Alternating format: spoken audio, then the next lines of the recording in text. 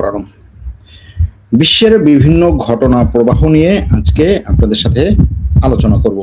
সাথে থাকবে আপনাদের মধ্য থেকে গুরুত্বপূর্ণ প্রশ্ন এবং মন্তব্যগুলো। মন্তব্যের কথা বলতে গেলে শুরুতেই একটা কথা বলতে হয়। গতকালকে আমি লাইভে মরক্কোকে নিয়ে একটা কথা বলেছিলাম। জানেন যে মরক্কো নকআউট পর্ব পার হয়ে তারপরে হচ্ছে ফাইনাল 16-তে গিয়েছে এবং ভালো খেলেছে। আমি সেখানে মরক্কোকে বলেছিলাম মোবারকবাদ। এই মোবারকবাদ বলার কারণে আমার কিছু দর্শক মোটামুটি ফতোয়া দেওয়া শুরু করেছে যে এখানে মোবারকবাদ দেয়া যাবে না। এই মোবারকবাদ দেওয়ার কারণে বিশাল টাইপের হচ্ছে একটা হুলস্থুল কাণ্ড হয়ে গেছে আর কি।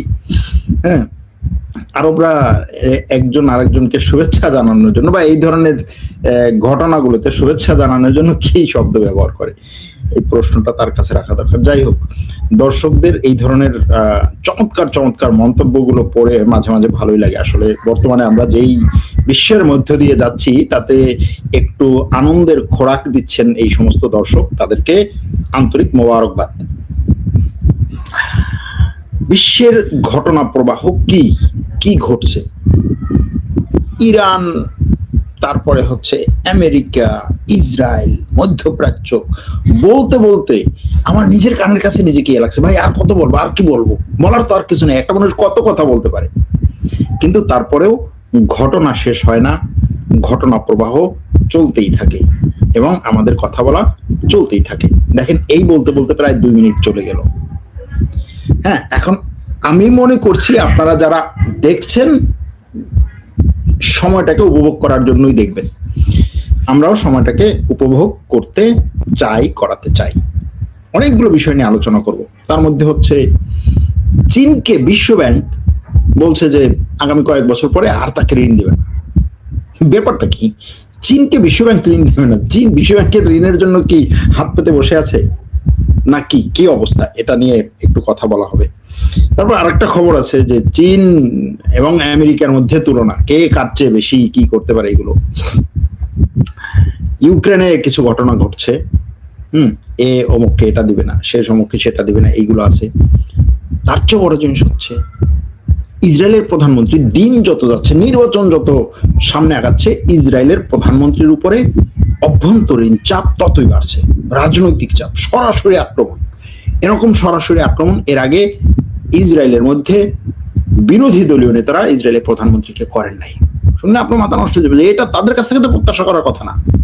কিন্তু সেই ইসরায়েলি আবার ইরান আমেরিকার মধ্যে যে চুক্তি, এই চুক্তিটাকে নস্যাৎ করার জন্য যা সম্ভব তাই করার চেষ্টা করতেছে। এটা আমেরিকাও বুঝতেছে, যে কারণে ডোনাল্ড ট্রাম্প মাঝে মাঝে একটু পাগলামি করলো, আবার হচ্ছে কিন্তু সে চুক্তিতে ফেরত আসে। আজকে তার ভাইস প্রেসিডেন্ট বলছে যে আমরা চুক্তিতে ফেরত আসবো, চুক্তি থেকে সরে যাব না যতক্ষণ পর্যন্ত না দরকার হয়, প্রয়োজন পড়ে।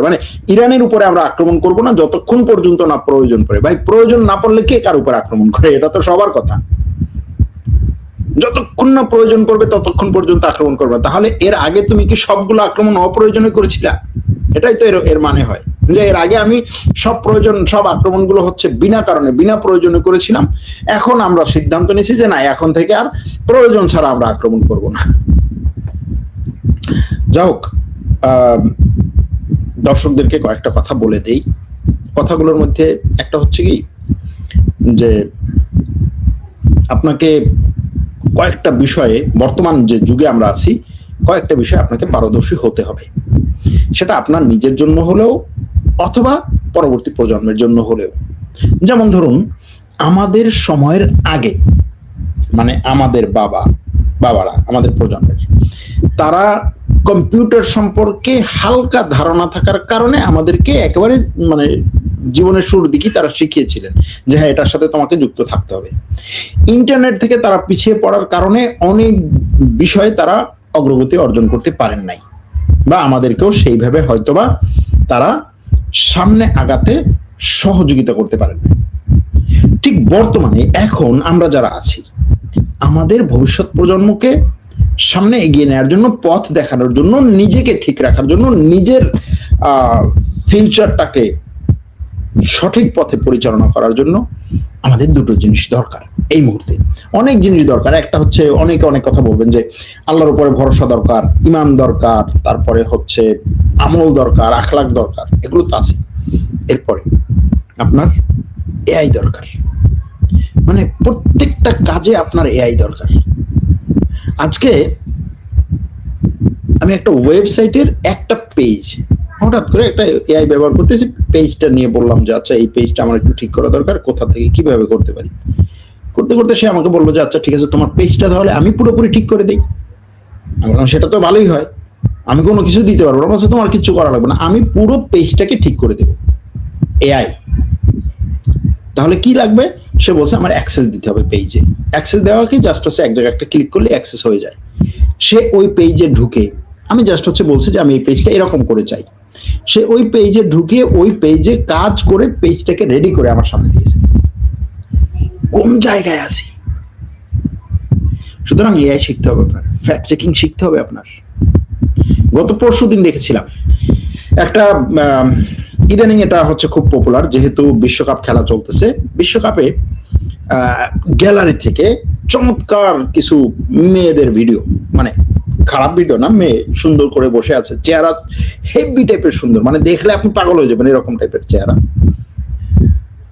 খেলা দেখতেছে, ক্যামেরা জুম হচ্ছে তার দিকে, ক্যামেরা সে ক্যামেরার দিকে তাকে একটু মুচকি হাসি দিচ্ছে। এখন দেখলে আপনার কাছে মনে হবে এত সুন্দর মেয়ে কে, কোথা, কোন দেশের নায়িকা। তো এরকম কিছু ভিডিও দেখলেই যদি আপনি ফ্যাক্ট চেকিং এর সাথে সম্পৃক্ত থাকেন তাহলে আপনার কাছে মনে হবে যে আচ্ছা এই ভিডিও তো ফেক ভিডিও, বা ওই ভিডিওর উপরেই এমন কিছু নিদর্শন থাকে যেগুলো টাচ করে দেখলে মনে হয় ফেক। কিন্তু এটা কি যখন আবার আপনি এআই কে দিয়ে, এআই দিয়ে তৈরি করা ভিডিও, এটা কি আপনি যখন এআই কে জিজ্ঞেস করতেছেন আচ্ছা এই ভিডিওটা কি ফেক, বলে না এই ভিডিওটা চমৎকার একটা ভিডিও, অমুক দেশের সাধারণ একজন নারীর ভিডিও, এবং এটা হচ্ছে ক্যামেরা কি গ্যালারি থেকে তোলা ভিডিও, ফুটবল খেলার সময় ফুটবলের যে ক্যামেরাগুলো সেগুলো দিয়ে, ওই খেলা সম্প্রচার করার যে ক্যামেরা সেগুলো দিয়ে তোলা ভিডিও। তো এজন্য আপনি পুরোপুরি হচ্ছে এআই এর উপরে নির্ভরশীল হতে পারবেন না। আপনার ক্যাপাসিটি যত বাড়াবেন আপনি তত হচ্ছে এআই কে কন্ট্রোল করতে পারবেন, চালাতে পারবেন। সেই ক্যাপাসিটি বাড়াতে হবে। ক্যাপাসিটি বাড়ানোর জন্য একটা হচ্ছে এআই আর একটা হচ্ছে ফ্যাক্ট চেকিং। ভাই 3 মিনিট বক বক করেন কেন? আমরা লঞ্চে চলে, বুঝছেন, ওই বরিশাল থেকে আমরা লঞ্চে আসতাম। তো লঞ্চে প্রথমে লোকজন উঠে হচ্ছে আমরা বসতাম টসতাম ফ্লোরে, তারপরে হচ্ছে সেখানে কত দূর আসার পরে ধরেন একজন লোক উঠতে, ওঠার পরে এই সবাই সাবধান থাকবেন, আপনাদের হচ্ছে কি বলে আশেপাশে অপরিচিত কাউকে বসাবেন না, অমুক সমুক বইলে টইলে আপনাকে একেবারে ব্যাপক পরিমাণে সাবধান করতে। করার পরে কতক্ষণ বকবক করার পরে বলতো যে আমি হচ্ছে এই ঔষধটা বিক্রি করি, তো আমি তো এই ঔষধটা বিক্রি করি। সেইটা হচ্ছে গুরুত্বপূর্ণ, আসলেই গুরুত্বপূর্ণ। ফ্যাক্ট চেকিং ও এআই নিয়ে আসলে আমাদের একটা কি বলে আন্দোলন, সামাজিক আন্দোলন তৈরি করা দরকার। সত্য কথা, সামাজিক আন্দোলন তৈরি করা দরকার। ভাই এটা তো উপায় নাই তো। তো সেই এআই লিটারেসি নিয়ে, এআই রিফর্ম নিয়ে বা এআই সামাজিক আন্দোলন নিয়ে আমরা কাজ করব। আপনারা যারা আমাদের সাথে এই সমস্ত বিষয়ে যুক্ত থাকতে চান অবশ্যই আমরা স্বাগত জানাই। তবে Turkish language course, fact checking course, journalism course, AI course, 4টা কোর্স আমরা চালাচ্ছি। কোর্সগুলো যারা নিতে চান আমি ডিসক্রিপশনে দিয়ে দেবো, তারা নেবেন। 8 মিনিট হয়ে গেল, মাশাআল্লাহ। 8 মিনিট পরে আসল যে খবরগুলোতে আসি। একটা হচ্ছে নেতানিয়াহুকে ক্ষমতার থেকে সরানোর জন্য তার বিরোধী দল ব্যাপক পরিমাণে চাপ সৃষ্টি করছে। কিরকম চাপ সৃষ্টি করছে দেখেন। এতদিন পর্যন্ত বিভিন্ন ধরনের চাপ ছিল, তারা যুদ্ধকে সমর্থন করত এবং নেতানিয়াহুকে চাপ দিত। নেতানিয়াহুর প্রধান বিরোধী যে 3 জন রাজনীতিবিদ, যারা 3 জন বড় বড়, মানে তাদের দেশে অনুযায়ী একটা দেশের আসন সংখ্যা যদি থাকে 120, তাহলে বড় দল আর কত বড় হবে। তারপরও সেই দলের প্রধান, বিরোধী দলের প্রধান নাফতালি বেনেট, সে বলছে যে নেতানিয়াহু ইরান নিয়ে যে কথাগুলো বলছে পুরোটাই মিথ্যা কথা। নেতানিয়াহু ইরানের পরমাণু অস্ত্র আছে বলে যে কথা বলছে এটা পুরোটাই মিথ্যা কথা। আমার কথাও না, আপনার কথাও না। কে বলছে এটা? নেতানিয়াহুর প্রধান বিরোধী দলীয় নেতা, যে এর আগে একবার প্রধানমন্ত্রী ছিল, ভবিষ্যতে প্রধানমন্ত্রী হওয়ার সম্ভাবনা আছে। সে বলছে রেকর্ড ক্যামেরার সামনে টেলিভিশনে যে নেতানিয়াহু ইরান নিয়ে যে কথা বলছে যে ইরানের কাছে পরমাণু অস্ত্র আছে, এটা পুরো মিথ্যা কথা, ভুয়া কথা। এই কথাটা সে ইসরায়েলি জনগণের মনে ভয় সৃষ্টি করার জন্য বলছে এবং এই ভয় সৃষ্টি করার মাধ্যমে সে আরো বেশি ক্ষমতায় থাকতে চায়। এই কথা আর কে বলছে? অ্যাভিগডর লিবারম্যান। সেও বলছে যে এই কথাটা মিথ্যা কথা। সাবেক সেনাপ্রধান, যিনি এখন একটা রাজনৈতিক দলের প্রধান, ইয়াসার দলের প্রধান, সে পর্যন্ত বলছে যে ইরান নিয়ে যত অতিরঞ্জন করা হয়েছিল এগুলো সব মিথ্যা। তো এখন কেন এই জিনিসগুলোকে নিয়ে আসা হচ্ছে? কারণ আগামীতে নির্বাচন, কারণ নেতানিয়াহুর বিরুদ্ধে কেসগুলো খুব শক্তিশালীভাবে দাঁড় করানো হচ্ছে। নেতানিয়াহুর যে প্রধান কি বলে লয়ার, অর্থাৎ তার যে প্রধান উকিল, তাকে একটা সরকারি ঊর্ধ্বতন পদ, এই অ্যাটর্নিদের ঊর্ধ্বতন পদ দেওয়ার ব্যাপারে সিদ্ধান্ত নিয়েছিল ইসরায়েলের পার্লামেন্ট, কিন্তু আদালত সেটা ঠেকিয়ে দিয়েছে যে না, তাকে দেওয়া যাবে না। তার সাথে অনেক কেলেঙ্কারির ঘটনা আছে। আস্তে আস্তে নেতানিয়াহুর জন্য স্থান সংকুলান হচ্ছে। নেতানিয়াহুর যে আশেপাশের জায়গাটা সংকীর্ণ হয়ে আসছে। এটা কি ব্যাপক পরিমাণে ইসরায়েলি পরিবর্তন নিয়ে আসবে? না, ব্যাপক পরিমাণে পরিবর্তন হয়তো নিয়ে আসবে না, কিন্তু সে যে পরিমাণে জুলুম করেছে সেই জুলুমের শাস্তির অল্প একটু হলেও দুনিয়াতে তার পাওয়া উচিত, এবং সেটা হয়তোবা সে আরেক জালিমের মাধ্যমে হয়তোবা পেতে পারে, এরকমও হতে পারে। তো এজন্য এই যে নেতানিয়াহুর অবস্থান সংকীর্ণ হচ্ছে, সে এই অবস্থানটাকে প্রশস্ত করার জন্য এখন লেবাননকে ঢাল হিসেবে ব্যবহার করছে। ইসরায়েল, ইরান, আমেরিকা, ইরান একটা চুক্তি করছে। সেই চুক্তি নিয়ে আজকে দোহাতে আমেরিকা, ইরান, পাকিস্তান, দোহা এদের মধ্যে আলোচনা চলছে যে আগামীতে আমরা এই যে চুক্তিটা করলাম সেটার বাস্তবায়ন কিভাবে করতে পারি, এটার বাস্তবায়নের জন্য বিভিন্ন গ্রুপ কিভাবে কাজ করতে পারে, এগুলো নিয়ে কথা বলছে, কাজ করছে। আমেরিকার মধ্যস্থতায় লেবাননে একটা কোনো মতে একটা চুক্তি মুক্তি একটা কিছু হয়েছে আর কি, কিন্তু ইসরায়েল সেই চুক্তি মানতে তো রাজি না। তার কথা হচ্ছে লেবাননে কিসের চুক্তি, কিসের কি, আমি আক্রমণ করব, কোনো চুক্তি টুক্তি আমি মানি না। তো এই যে বিষয়গুলো, এই বিষয়গুলোকে ব্যবহার করে সে মূলত আমেরিকা এবং ইরানের মধ্যে চুক্তিটাকে নস্যাৎ করে দিতে চাইছে। সরাসরি কথা হচ্ছে লেবাননকে ব্যবহার করে, লেবাননে আক্রমণ করে, লেবাননে সেনা পাঠিয়ে, গতকালকে সে লেবানন সফর করেছে। চিন্তা করতে পারেন কোন জায়গায় সফর করেছে?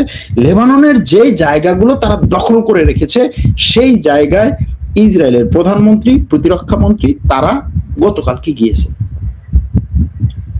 মানে একটা দেশে আপনি সেনাবাহিনী পাঠিয়ে, ঠিক আছে, সেখানে সন্ত্রাসী আছে, অমুক আছে, সমুক আছে, আপনার কথা অনুযায়ী আক্রমণ চালাচ্ছেন, কিন্তু দখল করে সেইখানে আবার সে শোডাউন করতে গেছে। লেবাননের জায়গা সে মোটামুটি অনেকখানি দখল করে রেখেছে। তো এজন্য এই ইরান আমেরিকার চুক্তি ভণ্ডুল করা বা নস্যাৎ করার জন্য ইসরায়েল যথেষ্ট, এবং ইসরায়েল সেখানে লেবাননকে ব্যবহার করতে চায়। সিরিয়াতে তো তার আক্রমণগুলো প্রত্যেক দিন আছেই, দিন যত যাচ্ছে সে সিরিয়াতে আস্তে আস্তে হচ্ছে কি বলে ওয়ার্ম আপ করতেছে আর কি। দেখা যাক কি হয়। এখন এর বাইরে এই ঘটনাগুলো যখন ঘটছে, ঠিক সেই মুহূর্তে ইউরোপ একটা সিদ্ধান্ত নিয়েছে। আজকে জুলাই মাসের 1 তারিখ অনেকগুলো নতুন নতুন নিয়ম বিভিন্ন দেশে এটা শুরু হয়, মানে বছরের অর্ধেক, হাফ শেষ হয়ে গেল, বাকি অর্ধেক শুরু হচ্ছে। ইউরোপ বলছে এই জুলাই মাসের 1 তারিখ থেকে ইউরোপের সাধারণ জনগণ যদি বাইরে থেকে একটা নির্দিষ্ট পরিমাণের চেয়ে বেশি এই কিনে, কি বলে, পণ্য কিনে, 150 ইউরো মূল্যের বেশি পণ্য যদি বাইরে থেকে কিনে, অর্থাৎ চীনের কোনো কোম্পানি থেকে, বা চীনের ধরেন আলিবাবা এক্সপ্রেস থেকে কিনলো, ইবাই থেকে কিনলো, অথবা অন্য কোনো জায়গা থেকে কিনলো, ইউরোপের বাইরে থেকে, তাহলে তারা 150 টাকার বেশি, 150 ইউরোর বেশি দামের যে কোনো পণ্যের ক্ষেত্রে তারা ট্যাক্স বসাবে,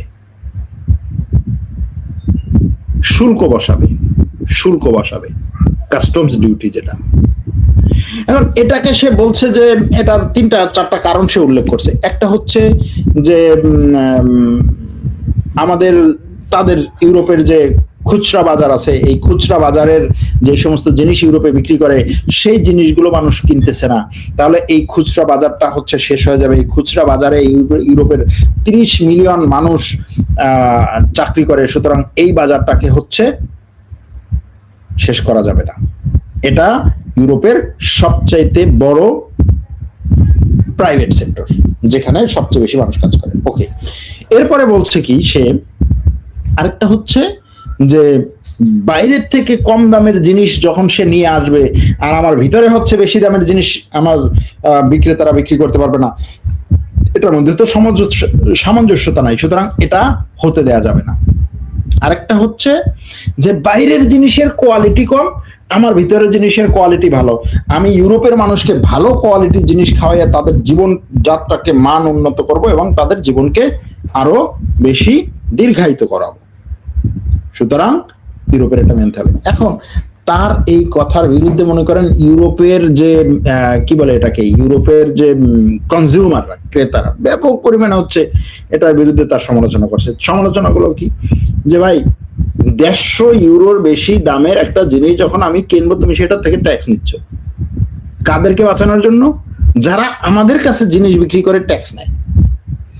এই ইউরোপ, তুমি তো আমেরিকার বিরুদ্ধে বললা যে আমেরিকা যদি ট্যাক্স মানে শুল্ক আরোপ করে, কাস্টমস ডিউটি আরোপ করে, তাহলে সেটা তো বাণিজ্যের জন্য, এবং সেটা কোনো রুলসের মধ্যে পড়ে না, সেটা বাণিজ্যের জন্য অশনি সংকেত, সেটা আসলে শেষ পর্যন্ত আমেরিকার সাধারণ নাগরিককেই আরো বেশি ক্ষতিগ্রস্ত করবে। তাহলে তুমি তোমার নাগরিকের 150 ইউরোর বেশি দামের একটা জিনিস কিনলে তুমি কেন সেটার উপরে ট্যাক্স বসাচ্ছ? তাদের কথা। আবার তাদের কথা হচ্ছে যে 150 ইউরোর বেশি দামের যে কম দামের জিনিস বা কিনলে হচ্ছে তুমি বলতেছো যে তা সেখানে জিনিসপত্রের কোয়ালিটি খারাপ, অর্থাৎ চীনের জিনিসের কোয়ালিটি খারাপ, আমার দেশের মানুষকে, আমার এই ইউরোপীয় ইউনিয়নের ভুক্ত মানুষদেরকে এই খারাপ কোয়ালিটির জিনিস আমি খাওয়াতে পারবো না। তাহলে 150 টাকার নিচে যেগুলো কিনবে, অর্থাৎ 150 ইউরোর নিচে যে সমস্ত জিনিস কিনবে সেগুলো কি চীন থেকে একেবারে কোয়ালিটিপূর্ণ হয়ে আসবে? প্রশ্ন। যাই হোক, এরকম একটা জিনিস করছে। আবার তারা বলছে যে ডেনমার্ক, ইউরোপের মধ্যে ডেনমার্ক প্রথম হচ্ছে তার জনসংখ্যার হার হিসেবে, মানে জনসংখ্যার সাথে তুলনা করে